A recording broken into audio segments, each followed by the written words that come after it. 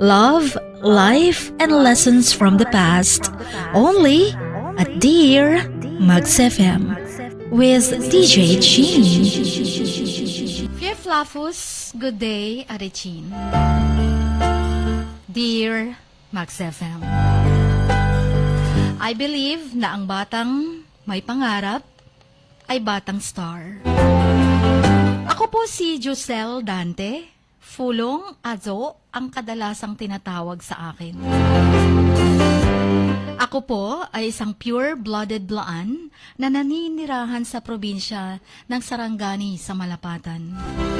Bunso po ako sa tatlo naming magkakapatid. Dalawa kaming lalaki at isa po ay babae.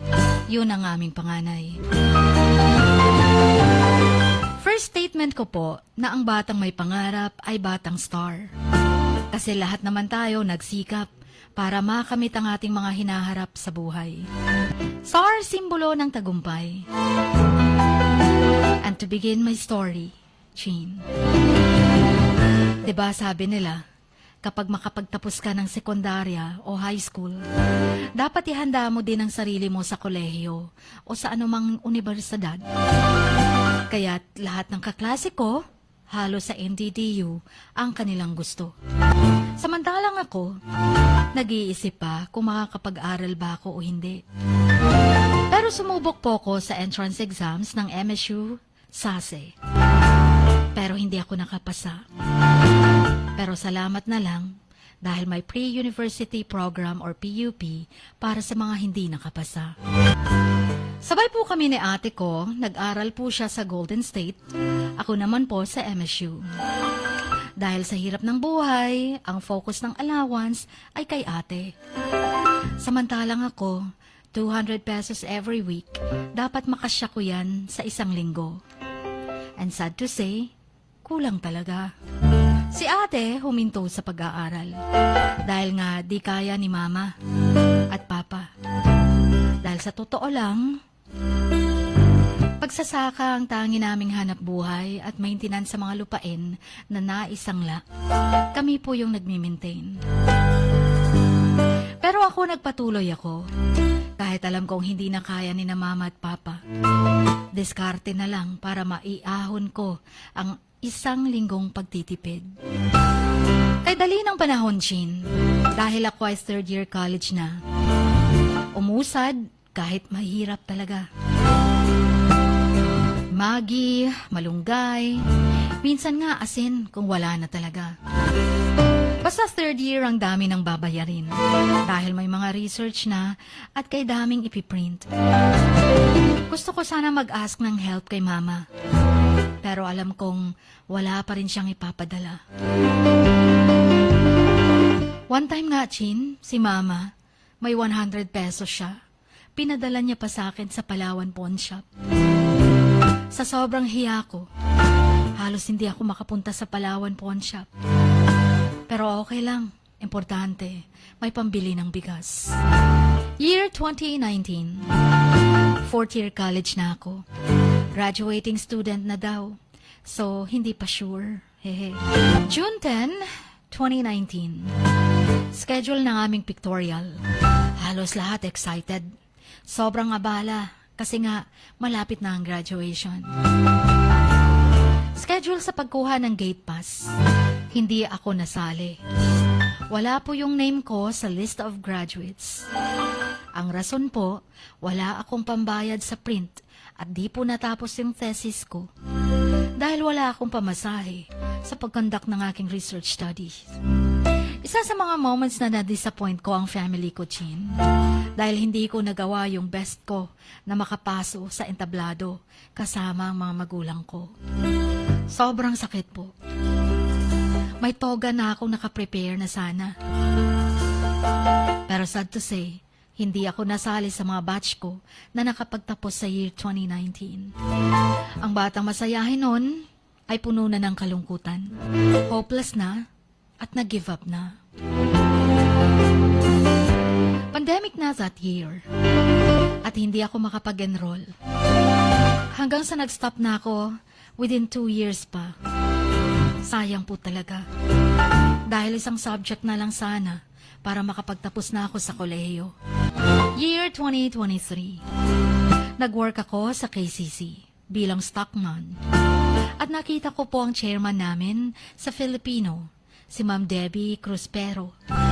Siya po ang nag-encourage sa akin na mag-enroll ulit at tapusin ang aking thesis. Natapos ko ang kontrata ko sa KCC at nakapag-decide ako na mag-enroll ulit kahit alam kong nahihirapan talaga ako dahil nag-stop ako ng 2 taon. But to make the long story short, year 2023, finally, natapos din ang lahat. Di alam ni Mama na that time, natapos ko na ang pag-aaral ko. Sinabi ko sa kanya na mag-prepare ka, Ma, dahil after 7 years, natapos ko na ang pag-aaral ko. Hinggulat ni Mama, pati mga kamag-anak namin. Dahil di nila akalain na pinatuloy ko pala ang pag-aaral ko. July 20, 2023, graduation day namin. Sobrang saya, kahit wala kaming handa, dahil nga lahat na sorpresa. After my graduation, daming opportunities, favors ang binigay ni Lord sa akin. Na-meet ko po ang Batang Star Organization. At isa po ako sa mga living testimony sa lahat ng mga bata every time na magle-lecture ako. Dami kong nami-meet na mga professionals at kilalang mga tao. Nag-take ako ng board exams pero hindi rin ako nakapasa. Pero sumubok din ako ulit at naghihintay na lamang ng resulta. And by God's grace, mapasa na sana.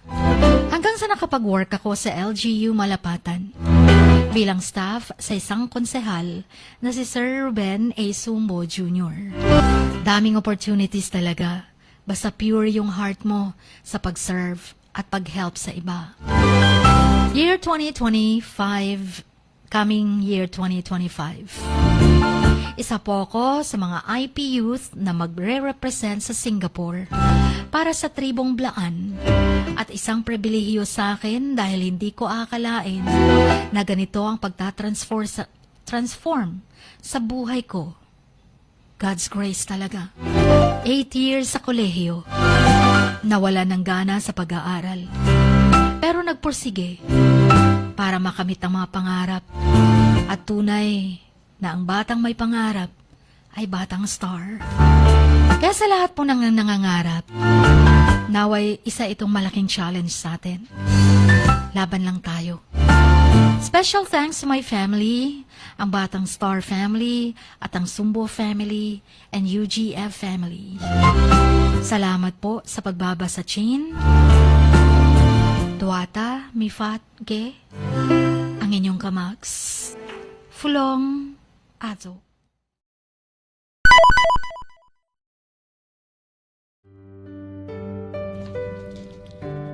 Sa bawat pagluha mo, may nakatagong kwento. Sa bawat ngiti mo, may gustong sabihin ang puso mo. At sa likod ng iyong halakak at maging sa pagkabiko mo, may mensaheng nakabalot sa iyong pagkatao. At ang tanging nais mo lamang ay mapakinggan ang mga ito ng buong mundo. Dear Max FM with DJ Chini. Life has got all those twists and turns. Stand up for what you believe in. What lies behind you and what lies in front of you pales in comparison to what lies inside of you. Dear Max FM with DJ Chini. Sabi nga nila, ang pagsusulat kapag masyado mong diniinan hanggang sa susunod na pahina ay nagmamarka. Katulad ng pagmamahal, kapag masyado mong ibinigay ang lahat, yung sakit na gawa ng nakaraan, dala pa rin hanggang kasalukuyan. Dear Max FM, you own your story and you are the author of your own book of life. Don't let others write your script, but let others hear your story and make them inspired. Kaya sumulat na, maging bahagi ng aming programa, Dear Max FM with DJ Chini, tuwing Lunes hanggang Biyernes, 1:00 hanggang 3:00 ng hapon sa Max News FM, Sock Sargent. Love, life, and lessons from the past, only at Dear Mags FM with DJ Jean.